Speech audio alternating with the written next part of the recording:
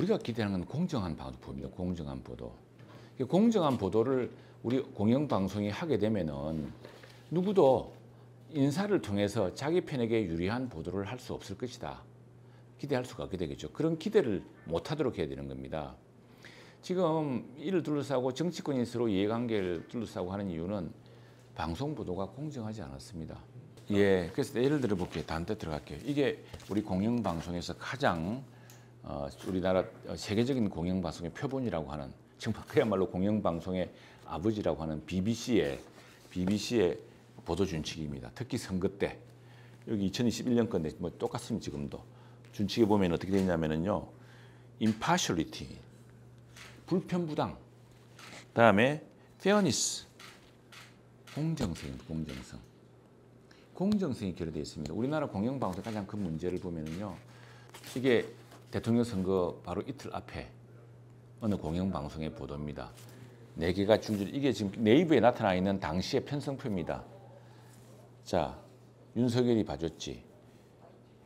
윤석열하고 오랫동안 됐어. 윤석열이 대장동 비리 주범이야. 이재명 나쁜 놈이야. 그때는 이재명 딱 그 화천대유 하나도 안 봐줬어. 진짜 독한 놈들이다. 공산주의. 이거는 이재명을 봐주기 위한 가짜 허위 조작이었습니다. 그래놓고 나중에 두 개가 뭐 싸우는 것처럼 이렇게 물타기를 합니다. 근데 이걸 지금 가지고서 그러면 MBC가 적어도 공영방송을 한다면은 팩트 체크, 그리고 이퀄 타임, 이퀄 오퍼튜니티는 요구하지 않겠습니다. 적어도 정말 혼신을 다해서 팩트 체크. 아니면 말고예요. 아니면 말고. 나는 윤석열이 잘 그렸다고 생각하는 겁니다. 자, 이게 바로 MBC가 인용했던 뉴스타파의 그 기사입니다. 보시면은 이 사람들 두 사람 구속돼 있죠. 허위 조작 뉴스 6개월 전에 만들면서, 그리고 거기 보면은 이미 나와요. 김만배하고 물어보는데, 아니 그때 그러면 타준 검사가 윤석열이야? 뭐 아니야 돼 있습니다. 근데 그 녹취록에 지워요. 지워가지고 MBC는 씁니다. MBC는 뭐라고 하냐면 보도를 하면서 이 녹취록을 다 못 봤기 때문에 우리가 했지만 일부러 비방하려고 한 건 아니다라고. 이거는 정말 언론의 윤리에 반합니다. 그래서 저는 공정보도야말로 우리 정치권이 공영방송을 장악하고 그것을 영구장악하겠다는 미련을 끊게 하는 중요한 장치라고 생각합니다. 대표적인 오보가 이 오보 아닙니까? 지금 MBC나 누구나가 그래서 다 사과했어요. 이 허위 김만배 신앙님의 허위 주장 뉴스는. 그러나 이거로 인해서 민주주의가 뺏길 뻔했지 않습니까? 유권자의 정당한 선택이 왜곡될 뻔했지 않습니까? 실제로 많이 왜곡되었습니다. 그래도 하늘의 뜻이 있어서 정말 가까스로 당선됐거든요. 그때 방송 보십시오. 이게 공정방송입니까? 우리 당으로서는 우리는 지배구조에 관심이 없습니다. 지배구조는 글로벌 스탠다드로 하면 된다고 생각을 합니다. 그러나 적어도 누가 사장이 되고 누가 보도본부장이 되고 보도국장이 되고 정치부부장이 되든 간에 적어도 언론인으로서 정말 불편부당, 공정한 기회, 그리고 이것이 오보일 수 있다, 이것이 특정 정파의 주장이고 허위 조작일 수 있다는 의심을 갖고 보도를 해줘야 됩니다. 그걸 피하는 방법은 공정하게 해주는 거예요. 페어니스입니다. 그러나 자, MBC는 완전히 당시에 문재인 대통령 시절에 그전 경영진을 싹 물갈이하면서 문재인 편을 다 넣었습니다.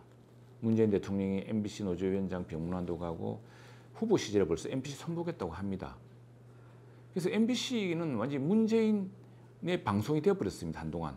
우리는 방송은 누구에게서 장악되어서는 안 된다고 생각을 합니다. 그런데 그 장악되지 않기 위해서는 우리 인사 문제야 사실은 신이 아닌 다음에야 그거는 이런 공정한 절차를 거치면 되는 거고요. 누가 사장이 되든 사장은 경영으로 평가하면 되는 거고, 또 노동법을 지켜야 되고, 또 하나는 불편부당해야 됩니다. 적어도 보도에서는 개입해서는 안 되죠. 예컨대 그런 이야기를 MBC 사장이 자복하잖아요. 김어준 뉴스에 나가서 조국 집회 때 보니까 척 보니까 100만 명이더라 그러지 않습니까? 척 보면 100만 명. 이런 사람이 MBC 사장이 되고 그 사람이 보도본부장과 보도국장을 임명하고 정치부장을 임명하면 MBC가 공정한 방송이 되겠습니까? 그래서 우리는 MBC를 공정한 방송을 만들고 KBS를 공정한 방송을 만들기 위한 그런 축도. 그러나 더 중요한 건 지배구조는 지배구조 문제가 아닙니다. 이거는 방송을 하는 방송 종사자의 문제들, 그 윤리의 문제, 원칙의 문제고 그것이 제일 중요하다고 생각합니다. 그러나 사람의 모든 자리에는 인기가 있지 않습니까? 네. 그리고 민주당 내에서도 박문진 이사를 해보고 싶은 사람이 있을 거 아닙니까? 그런 사람한테 기회를 차단합니까? 항상 세술은 세부대에 넣어야죠. 그리고 민주당이 했듯이 민주당은요 2017년에 문재인 정부 집권한 직후에 의원총회에서 방송 장악문건이 돌아다녔지 않습니까? 그래서 그걸로 가지고 이낙연 총리가 쓸데없는 짓을 했다고 사과를 했어요. 자, 지금 박문진 이사는 임기가 다 끝났습니다. 그때 민주당 시절에 문재인 정부 시절에는 무슨 저 민노총 방송노조 또 정체를 알 수 없는 시민단체 이래가지고 그 방송 공영방송 이사를 끝없이 괴롭힙니다. 집에도 찾아가고 학교에도 찾아가고 망신줘가지고 이 방송 공영방송 이사가 뭔 큰 자리라고 공직이라고 그 사람들을 왜 하겠습니까? 그만두게 했어요. 그만두게 하면은 임기가 끝나버리니까 임기가 자동 소멸되니까 자기 편을 채우는 방식이었습니다. 우리는 그게 아니고 우리는 임기가 다 끝난 사람들입니다. 그럼 민주당이 야당이 추천할 몫은 야당이 추천하고 여당이 추천을 추천하고 그래서 이 사람들이 공정한 방송을 하도록 이끌어라. 이제 탄핵까지 넘겼으니까 탄핵 재판을 지켜봅시다.